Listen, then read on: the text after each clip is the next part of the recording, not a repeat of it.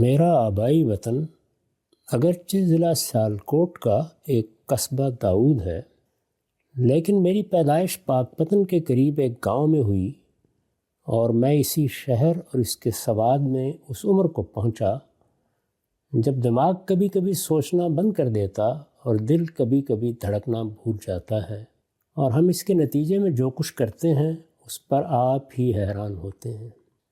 وائے دیوانگی شوق کے ہر دم مجھ کو، آپ جانا ادھر اور آپ ہی حیران ہونا۔ آج سے کم و بیش 20 سال پہلے اسی شہر کے ایک مدرسے میں چھٹی یا 7ویں جماعت کا طالب علم تھا۔ مدرسے کی تعلیم کے ساتھ درس نظامی کی کتابیں بھی اس وقت تک میں نے غالباً قافیہ اور شرح جامی تک پڑھ لی تھیں۔ شہرستان علم کے درواہ ہو چکے تھے اور میں اب کوچہ و بازار کی سیر دیکھنے کے لیے ہر روز عصر کے بعد شہر کی میونسپل لائبریری جاتا تھا۔ میرا گھر مضافات میں تھا، میں وہاں سے چل کر روزانہ پیدل لائبریری پہنچتا۔ شوق طلب بھی کیا چیز ہے، میرا یہ معمول برسوں رہا، لیکن مجھے یاد نہیں کہ طبیعت نے کبھی خستگی کی شکایت کی ہو۔ طالباں را خستگی در راہ نیست، عشق خود راہ است و ہم خود منزل است۔ لائبریری کے راستے میں نے ایک روز دیکھا کہ ایک بینک کے دروازے پر پہرا دینے والے سنتری کی نگاہیں دور تک میرا تعاقب کر رہی ہیں۔ چھوٹی عمر تھی، دل و دماغ اس صورتحال سے پہلی مرتبہ خوف و حیرت کے ملے جلے جذبات کے ساتھ دوچار ہوئے۔ اگلے کئی روز یہی ہوا تو خوف و حیرت پر تجسس نے غلبہ پا لیا۔ میں چاہتا تھا کہ آگے بڑھ کر اس کی وجہ معلوم کروں، لیکن ہمت نہیں پڑتی تھی۔ وہ بھی معلوم ہوتا تھا کہ کچھ کہنا چاہتا ہے لیکن راہ نہیں پاتا۔ گویا وہی معاملہ تھا جو غالب کے ساتھ بارگاہ عشق میں ہوا تھا۔ ادب ہے اور یہی کشمکش تو کیا کیجے، حیا ہے اور یہی گو مگو تو کیوں کر ہو۔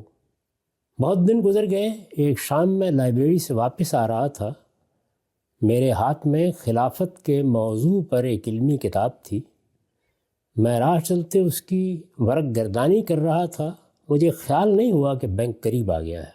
اچانک میں نے دیکھا وہ میرا راستہ روکے کھڑا ہے۔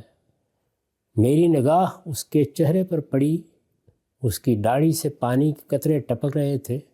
اس نے غالباً ابھی وضو کیا تھا۔ اس کی آنکھوں میں بلا کی چمک اور اس کی پیشانی پر سجدوں کا جمال تھا۔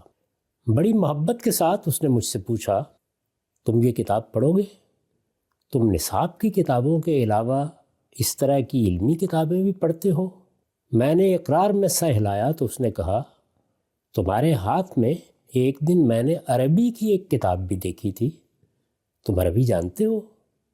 جانتا ہوں، میں نے جواب دیا۔ تم نے عربی کہاں پڑھی ہے؟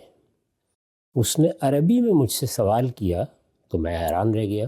لمحے بھر کے لیے مجھے اپنی سماعت پر یقین نہیں ہوا۔ میں کبھی اسے دیکھتا اور کبھی اس کے جسم پر سنتری کی وردی کو دیکھتا۔ میں نے خواص کے لباس میں جاہل دیکھے تھے، یہ میرے لیے پہلا تجربہ تھا کہ میں عوام کے لباس میں ایک عالم کو دیکھ رہا تھا۔ تم جو کتاب لے کر جا رہے ہو اسے پڑھ لو، یہ ایک بڑے آدمی کی کتاب ہے۔ میں تمہیں ایک اور کتاب دوں گا جس میں اس کتاب پر علمی تنقید کی گئی ہے، تم کوئی رائے قائم کرنے سے پہلے اسے بھی پڑھ لو۔ علم کی دنیا میں اشخاص کوئی اہمیت نہیں رکھتے، یہاں ساری اہمیت صرف دلیل کو حاصل ہے۔ اس کے دوسرے دن جو کتاب انہوں نے مجھے دی، میں نے اسی دن اسے ختم کر لیا۔ یہ میری زندگی میں پہلا موقع تھا جب میں دلیل کی اہمیت سے واقف ہوا۔ میری یہی واقفیت آج بھی میری زندگی کی سب سے بڑی متاع ہے۔ میں نے اسے ایک سنتری سے حاصل کیا تھا۔ بعد میں نے لاہور کی سب سے بڑی درسگاہ میں فلسفے اور انگریزی ادب کی تعلیم پائی۔ اس سے بڑی کوئی چیز حقیقت یہ ہے کہ میں وہاں سے بھی حاصل نہ کر سکا۔ میں نے دوران تعلیم میں بارہا سوچا، کاش میرے سب ہم جماعت اور استاد بھی کبھی لائبریری جاتے ہوئے اس راستے سے گزرے ہوتے۔ کئی سال بعد پچھلے ماہ میں پاکپتن گیا۔ ولی محمد صاحب سے اسی بینک کے دروازے پر ملاقات ہوئی۔ وہ آج بھی وہیں کھڑے تھے جہاں 20 برس پہلے میں نے انہیں دیکھا تھا۔